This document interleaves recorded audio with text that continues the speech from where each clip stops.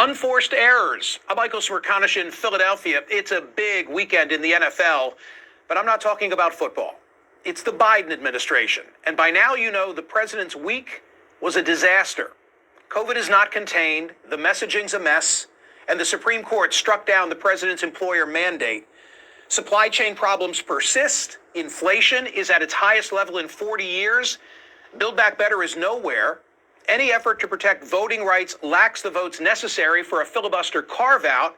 And there's a question of how to react to Russia amidst reports that it's ready to raise a false flag as a pretext to invade Ukraine.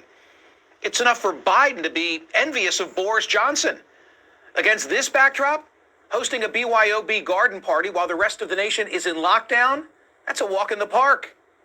No wonder the president's approval rating, according to a survey released this week by Quinnipiac University, stands at just 33%.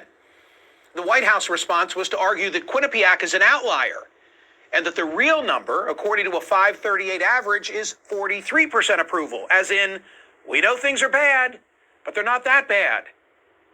While some of the vexing issues are arguably beyond a president's control, many were missteps. Not the sort of thing that you'd expect from a Washington lifer who campaigned as seasoned and experienced. Take the Tuesday speech. The president hoped for a momentum shift with a trip to Georgia.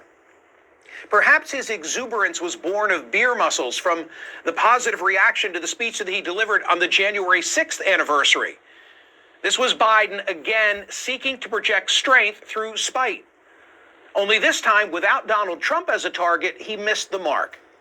His comparison of today's opponents of his voting rights measures to the racists of the civil rights era was an overreach and off-putting.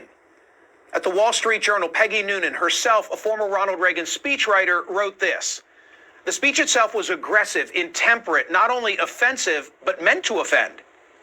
It seemed prepared by people who think there is only the Democratic Party in America, that's it. Everyone else is an outsider who can be disparaged. It was a mistake on so many levels. Noonan is right. Where was Biden's political savvy and the judgment of those who advise him? What made them think that a fire and brimstone speech delivered in Atlanta would reach its intended audience of two, a senator in West Virginia and another from Arizona? If Sinema and Manchin have shown us anything, it's that they're not susceptible to pressure from that kind of speech or direct appeal. The only way to get their votes, if they're gettable, is through quiet persuasion, not public bombast. The president didn't even win the plaudits he'd anticipated from the left, where his remarks were seen as too little and too late. Stacey Abrams didn't even attend the speech in her home state, citing an unspecified scheduling conflict. Really? The only thing tangible to come from the speech, a 4 Pinocchio rating from the Washington Post for the president's false claim that he'd been arrested in the context of discussion of the civil rights movement. Compounding the Tuesday trip, on Thursday, for the third time in the last year, Biden headed to Capitol Hill to meet with Democrats behind closed doors and came back empty-handed. Another rookie mistake. Who allows the president to put the prestige of his office on the line with a visit to cajole lawmakers without knowing in advance that the deal can get done? Like a summit with a world leader, you only make the trip to Capitol Hill when you know you'll have something to announce when it's over. In this case, Senator Sinema didn't even await his arrival.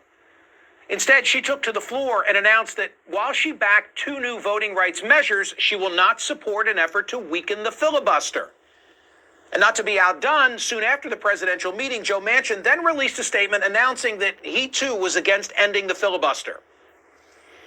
In the final analysis, though, what matters to the American public is the economy.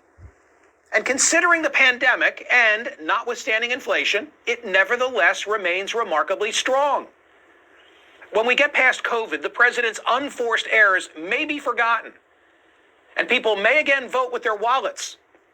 But for right now, his mistakes and the pandemic loom large.